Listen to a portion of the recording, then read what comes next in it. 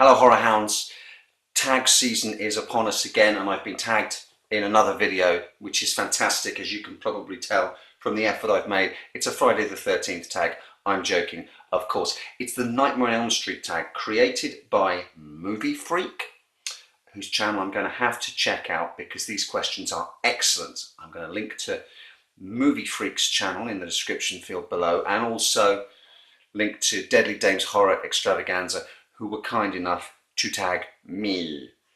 8 questions, all Nightmare on Elm Street. Let's go. Question number 1. What is your favourite and least favourite film in the franchise and why? Favourite, saying anything other than the original feels like heresy to me.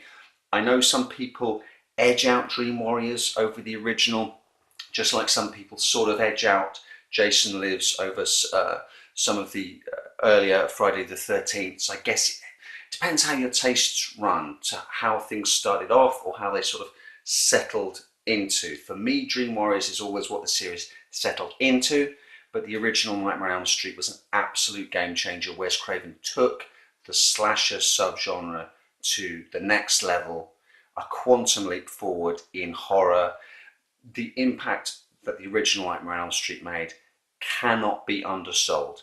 Least favourite will be the remake, for obvious reasons. It's atrocious, but if you're talking about the sort of original series, it would have to be Freddy's Dead, which it's a poor film, but perversely it's one I come back to a lot. I've got a weird kind of kink in that I'll rewatch more the broken movies in a franchise than the more successful ones. I'm more likely to put on Freddy's Dead than the original Nightmare on Elm Street. I don't know why. It's a perversity inside me. I guess it's like I'll watch Alien Resurrection more than Alien or Aliens. I think I'm trying to work out every time I watch these films how to fix them. But that's the answer to that question. Number 2, which movie has the best Freddy? Hands down, Freddy's Revenge. Kevin Yeager really solidified Freddy's look. I don't think he's ever looked more evil. It was back when Freddy was still evil and in the shadows a lot more than he became. And the look and feel of Freddy in Freddy's Revenge, for me, is Freddy Krueger. Question number 3, did you like the humour of the sequels as the films progressed? To a point. Freddy always had a dark sense of humour, but the format was sort of perfected, in huge air quotes, in Dream Warriors, where I think they got the balance of dark humour and nastiness just about right. They almost created the perfect Nightmare on Elm Street popcorn movie. But Dream Warriors for me is also the thin end of the wedge. It set a template that was essentially copied over and over again until New Nightmare came along and Wes Craven shook things up again. Thank you, Wes. We're eternally grateful for everything you did, Wes. So Dream Warriors sets up the idea of a group of kids who each have a thing, and that thing is the way that Freddy kills them, and then he makes a joke about it. And that is sort of rinsed and repeated in 4, 5, 6. So whilst I can live with it, it's not my favourite thing of all. The humour in the Nightmare on Elm Street movies aren't what got me into Nightmare on Elm Street, and it's not what I stay for. Question 4 is, what are your favourite kills of the franchise? And this is one of the things that Wes Craven gifted us with his insanely brilliant idea. It doesn't just have to be which item from the tool shed is Freddy going to kill them with now. Anything is possible. Tina from the first movie sets the bar really high. It's iconic, it sets the tone, it sets the threat that really carries Freddy through into a franchise figure rather than just a sort of one and done weird sort of surreal art house experiment with slasher movies. Grady in Freddy's Revenge Okay, whilst the kill itself ultimately is just the blades coming through the other side of the door, the build up to that with Freddy coming out of Jesse is just mind blowing. I love that sequence. Philip in Dream Warriors, where he's puppeteered off the roof.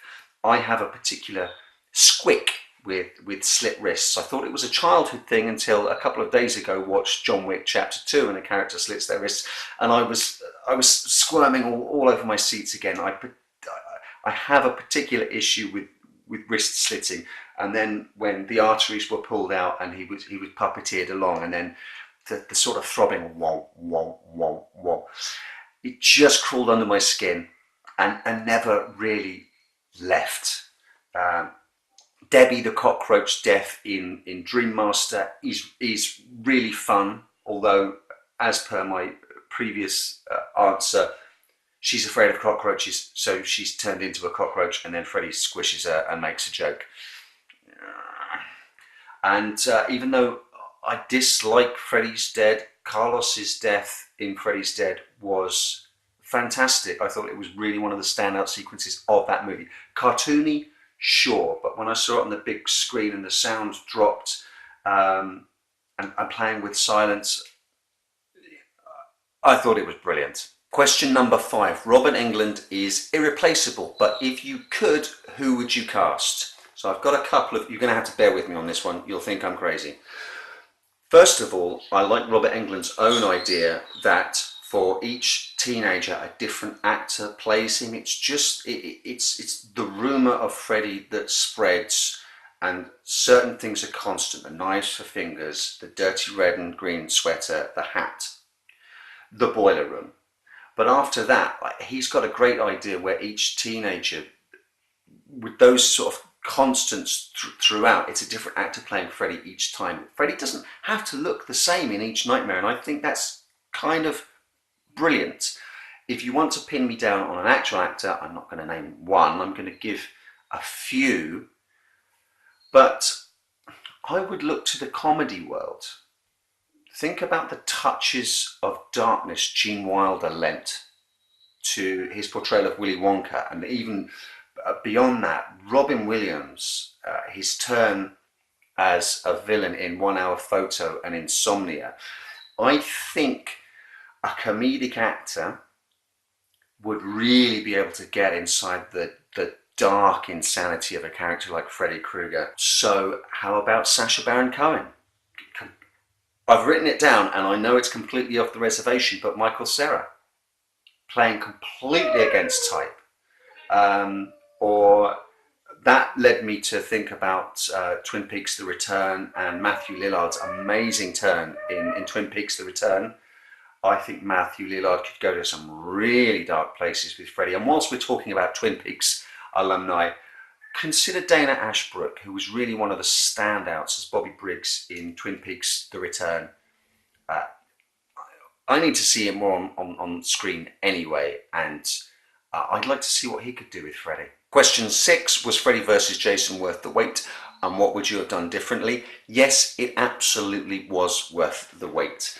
If you were there at the time, horror was going through a real dry patch like the Gobi Desert, and to finally have an 18 certificate horror movie stay at #1 in the box office for 2 or 3 weeks really helped at that time persuade all over again movie executives that proper R-rated or 18 certificate horror did have an audience. We were desperate for it. We would go back and see it.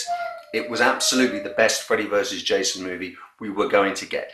Yes, it's got its issues, but excuse me, really after all that time, for it to actually happen and for us to be able to watch it is small miracle enough. So it would be really mealy-mouthed of me, I think, to complain about its faults.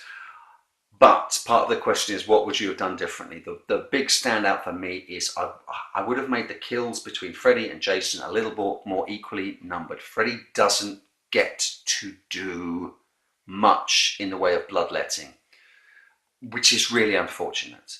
Question number 7, who's the best final girl of the franchise? Again, it seems to be heresy to not say Nancy Heather Langenkamp, but I would give a shout out to Alice Lisa Wilcox. Her character development, her arc over 2 movies, from where she starts to where she ends, is probably unparalleled in horror franchises.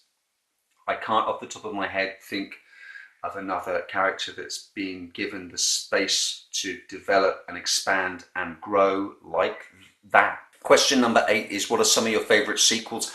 Unapologetically, Freddy's Revenge. I've loved that since I first saw it. I've never got the griping about it. I know appreciation for it is growing now. I've always thought it's brilliant. I think it's one of the true great sequels in horror, which is a rare thing. And it's an absolute blast to watch. Plus it's about something, which really helps. New Nightmare is another one of the standout sequels for me, although for me it's not a pleasure watch like Freddy's Revenge is. I have to be in the mood to watch New Nightmare, so subsequently I don't watch it often. So that's it, some freaking great questions. Thank you, Movie Freak. I will nominate, and as I think is the intention for these movie tags, I'm going to try and shine a light on some channels that just starting out, which I think are going to be worthy of your attention, and I want to hear what their answers are. So I'm going to nominate Horrific Nightmares JM, Bloody Breakdown, and Classic Screams, and I will link to all 3 of their channels in the description below. Don't have nightmares.